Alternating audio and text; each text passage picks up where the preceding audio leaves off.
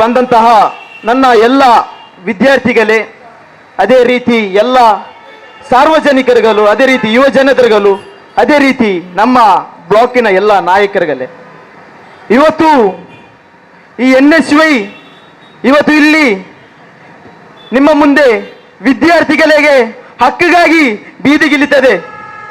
ವಿದ್ಯಾರ್ಥಿಯ ಭವಿಷ್ಯವನ್ನು ಹಾಳು ಮಾಡುವಂತಹ ಈ ಬಿಜೆಪಿ ಸರ್ಕಾರವನ್ನು ಮುತ್ತಿಗೆ ಹಾಕಲು ಮುಂದಿನ ದಿನಗಳಲ್ಲಿ NSY ಸದಾ ನಿಲ್ಲುತ್ತದೆ.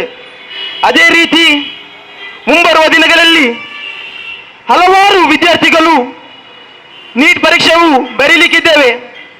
ಆಲ್ರೆಡಿ 22 ಲಕ್ಷ ವಿದ್ಯಾರ್ಥಿಗಳು ಈ ಕೇಂದ್ರ ಸರ್ಕಾರದಿಂದ ಮೋಸಗೊಳಗಾಗಿದ್ದಾರೆ.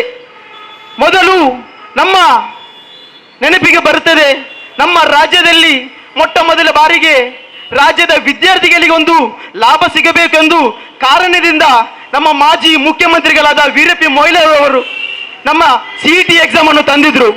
ಆ CET ಮುಖಾಂತರ ನಮ್ಮ ರಾಜ್ಯದ ಮೂಲೆ ಮೂಲೆಗಳಿರುವ ಬಡ ವಿದ್ಯಾರ್ಥಿಗಳು, ಕೂಲಿ ಕಾರ್ಮಿಕರ ಮಕ್ಕಳು, ಅದೇ ರೀತಿ ಮಧ್ಯದ ವರ್ಗ ಮಕ್ಕಳು ಎಲ್ಲರೂ ಕೂಡ ಇವತ್ತು ಇಂಜಿನಿಯರ್, ಡಾಕ್ಟರ್ ಮತ್ತು ಇನ್ನೊಂದು ಆಗಿದ್ದಾರೆ. ಆದರೆ ಕೆಲವ ವರ್ಷಗಳ ಹಿಂದೆ ಕೇಂದ್ರ ಸರ್ಕಾರವು ಒನ್ ನೇಷನ್ ಒನ್ ಎಕ್ಸಾಮ್, ಒಂದು ರಾಜ್ಯ ಒಂದು ಪರೀಕ್ಷೆ ಎಂದು ನೀಟನ್ನು ಘೋಷಿಸುತ್ತದೆ. ಆದರೆ ಇದರಲ್ಲಿ ಆದದ್ದು ಏನು? ಯಾಕೆ ನಮ್ಮ ವಿದ್ಯಾರ್ಥಿಗಳಿಗೆ ಈ ತರ ಅನ್ಯಾಯ ಮಾಡ್ತದೆ? ಇವರಿಗೆ ಯಾರು ಪ್ರಶ್ನೆ ಕೇಳೋರು ಯಾರಿಲ್ವಾ?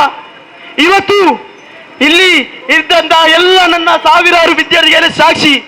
ಅದೇ ರೀತಿ ಮುಂಬರುವ ದಿನಗಳಲ್ಲಿ ಈ ನೀಟ್ ಹಗರಣವನ್ನು ನೀವು ಮುಚ್ಚದಿದ್ರೆ ಇವತ್ತು ಮುಂಬರುವ ದಿನಗಳಲ್ಲಿ ಪ್ರತಿಯೊಂದು ನಿಮ್ಮ ಕಚೇರಿಗೆ ನುಗ್ಗಿ ಕೂಡ ನಾವು ಪ್ರತಿಭಟನೆ ಮಾಡ್ತೇವೆ ಅಂತ ಹೇಳ್ತಾ ಇದ್ದೇವೆ. ಇದೇ ಮುಖ್ಯ ಕಾರಣವಾಗಿರ್ತಾರೆ ಈ NTA, ನ್ಯಾಷನಲ್ ಟೆಸ್ಟ್ ಏಜೆನ್ಸಿ. ಇದು ನ್ಯಾಷನಲ್ ಟೆಸ್ಟ್ ಏಜೆನ್ಸಿ ಎಂದು ಅಲ್ಲ, ಇದು ಭ್ರಷ್ಟರ ಏಜೆನ್ಸಿ ಎಂದು ಹೇಳಲು ಇಚ್ಛೆಪಡಿಸ್ತೇನೆ.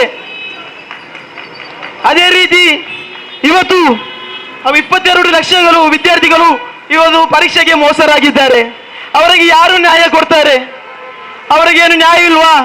ಅವರ ಕಷ್ಟಪಟ್ಟು ಇಷ್ಟು ಪರಿಶ್ರಮ ಪಡೆಯತಕ್ಕದ ನ್ಯಾಯ ಸಿಗಲ್ವಾ?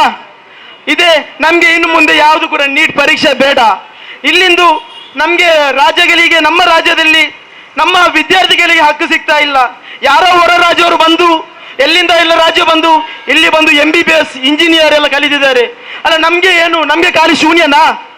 ಅದೇ ರೀತಿ ನಮ್ಮ ಡಿಮ್ಯಾಂಡ್ ಏನಂದ್ರೆ, ಯಾವ ತರ CET ಇತ್ತು, ವೀರಪ್ಪ ಮೊಯ್ಲಿ ಅವರು ಹೇಗೆ ತಗೊಂಡು ಬಂದಿದ್ದಾರೆ CET ಎಕ್ಸಾಮ್ ಅನ್ನು, ಅದೇ ತರ ಮುಂಬರುವ ದಿನಗಳಲ್ಲಿ ನಮ್ಗೆ ನಮ್ಮ ರಾಜ್ಯಕ್ಕೆ CET ಎಕ್ಸಾಮ್ ಬೇಕು ಎಂದು ಹೇಳಿಕೊಳ್ಳುತ್ತಾ ನನ್ನ 2 ಮಾತನ್ನು ಮುಕ್ತಾಯಗೊಳಿಸಿದ್ದೇನೆ. ಜೈ ಹಿಂದ್, ಜೈ NSY.